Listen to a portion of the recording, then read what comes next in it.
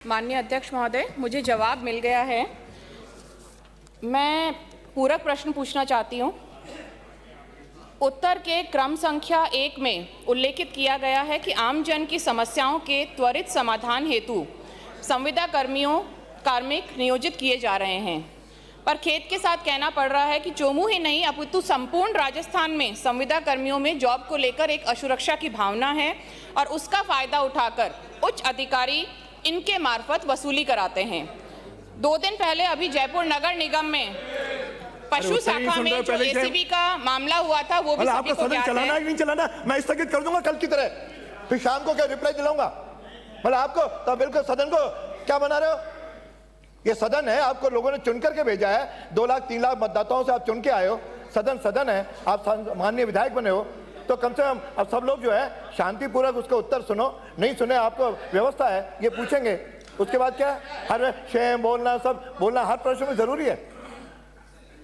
मतलब सदन की गरिमा आप पूछिए। आप माननीय अध्यक्ष महोदय, मैं आपके माध्यम से मंत्री महोदय से पूछना चाहती हूं कि संविदा कर्मियों की इस व्यथा को देखते हुए क्या राज्य सरकार संविदा कर्मियों की रोजगार सुरक्षा और जवाबदेहिता दोनों के मद्देनजर कोई स्थायी समाधान का विचार करती है, या ये सारा भ्रष्टाचार का खेल यूं ही चलते रहना देना है? माननीय मंत्री जी। माननीय अध्यक्ष महोदय, मैं आपके मार्फत माननीय विधायक महोदय और माननीय सदन दोनों को अवगत कराना चाहूँगा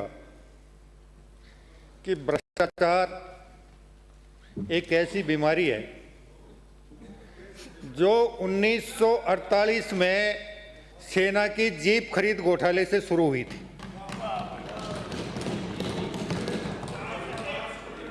और सबसे दुर्भाग्यपूर्ण स्थिति यह है कि स्वतंत्र भारत के पहले भ्रष्टाचार की आज तक इतिश्री नहीं हो पाई है। चाहे संविदा कर्मी हो और चाहे नियमित कर्मचारी और अधिकारी हो, जिनकी नीयत खराब होती है वो सारे के सारे इस काम में लिप्त रहते हैं। अभी इन्होंने नगर निगम का एक उदाहरण दिया है। नगर निगम में 2 स्थायी कार्मिक हैं पशुपालन विभाग के, और 1 कार्मिक संविदा कर्मी था। आज तीनों के तीनों जेल के अंदर हैं। संविदा कर्मी की सेवाएं समाप्त कर दी गई हैं और वो जो 2 कर्मचारी दूसरे विभाग से नगर निगम में डेपुटेशन पर थे, मैंने आज ही आयुक्त को कहा है कि उनको उनके मूल विभाग के लिए रिलीव करें और उनके मूल विभाग को उनकी करतूतों का विवरण देते हुए उनके खिलाफ सख्त से सख्त अनुशासनात्मक कार्रवाई करने के लिए हम निर्देशित नहीं कर सकते, हम उनको सूचित करेंगे।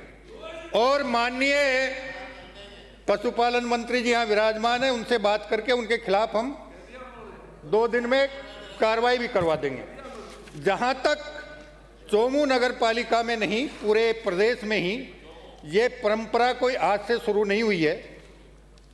संविदा कर्मी वर्षों से काम करते रहे हैं और समय समय पर उनको विभिन्न समयों पर नियमित करने का कार्यक्रम भी चलता रहा है। आपके यहाँ 2021-22 में फायर ड्राइवर 3, 22-23 में फायर ड्राइवर 3, 23-24 में फायर ड्राइवर 5, 24-25 में फायर ड्राइवर 4 और 25-26 में फायर ड्राइवर 4 संविदा पर लिए हुए हैं। कंप्यूटर ऑपरेटर 21-22 में 10, 22-23 में 10, 23-24 में 10, 24-25 में 12 और 25-26 में 11। सफाई वाहन चालक 21-22 में 38, 22-23 में 38, 23-24 में 34, 24-25 में 31 और 25-26 में 32। फायरमैन 21-22 में 10, 22-23 में 10, 23-24 में 10, 24-25 में 11 और 25-26 में 9। सिक्योरिटी गार्ड चतुर्थ श्रेणी कर्मचारी अरे सुनो तो 21 सही जो है। 22 में 7, संविधान 22 जो 23 बता रहे में हैं, 7, विषय पे बुला रहे हैं, 23 संविधान 24 में इतने हैं। 7, ये क्यों नहीं 24 सुनोगे? 25 में 21 10 22 से है तो क्यों नहीं और सुनोगे 25 यार? 26 में 12। फिर ये पूछो समाधान क्या है, पूछो लाइनमैन। उनसे। आपका हक है 21 22 में 3, ये हर सरकार में, आपकी सरकार का है तो नहीं सुनेंगे। 23 24 इनकी में सुनोगे, 3, ये है तो इनकी 24 सुनो। 25 में 4 और 25 26 में 4। सफाई कर्मचारी 21 22 में 104, 22 23 में 120, 23 24 में 150, 24 25 में 175, अगले ने 25 जो 26 पूछा है वो जवाब तो 180। आएगा।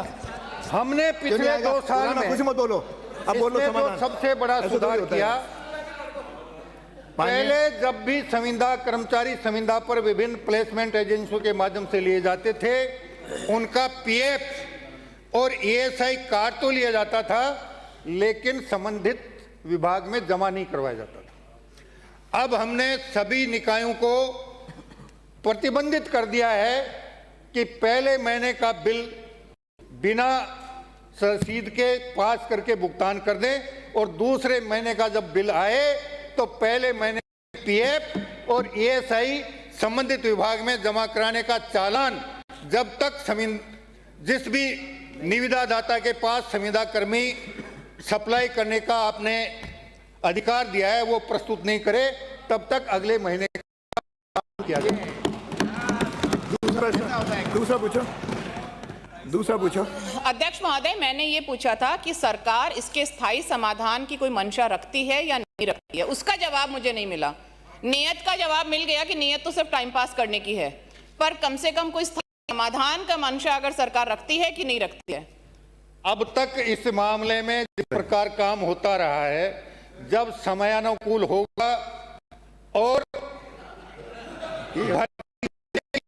आप कर सकते इनको हो क्या? प्राथमिकता के आधार समाधान पर आप कर सकते हो क्या? हम कोई नहीं कर निश्चित से समायोजित करने का प्रयास करेंगे। चले। हाँ, राजू। साहब वो अनुकूल कब आएगा, उसकी कोई टाइमलाइन है? के समय में अगला प्रश्न है श्री, आप पूछो पूछो पूछो। मेरा दूसरा प्रश्न है कि सरकार ने पहले बजट में घोषणा की थी कि कॉरपोरेशन बनाई जाएगी, प्लेसमेंट खत्म किया जाएगा, पर अभी भी मैं जोमू नगर पालिका की मंत्री महोदय बात करूं, वहां पे ना तो कर्मचारियों को, संविदा कर्मचारियों को उनका मानदेय टाइम पर मिल रहा है, ना उनके पीएफ में कोई रेगुलरिटी है। सफाई कर्मियों की जो भर्ती को बार बार टाला रहा है, तो क्या सरकार नियमित सफाई कर्मियों की नियमित भर्ती हेतु कोई अपना विचार रखती है? अगर रखती है तो कब तक? माननीय मंत्री जी। वर्ष 2026 का भर्ती कैलेंडर जो जारी हुआ है, उसमें सफाई कर्मियों की भर्ती का उल्लेख है। अक्टूबर 2026 में ये प्रक्रिया शुरू होगी। जहां तक हमने पीएफ और ईएसआई 2 बातें की हैं, दोनों के चालान की रसीदें मेरे पास उपलब्ध हैं। मैं आप चाहो तो इनको सदन पे टेबल कर सकता हूं। चलिए अगला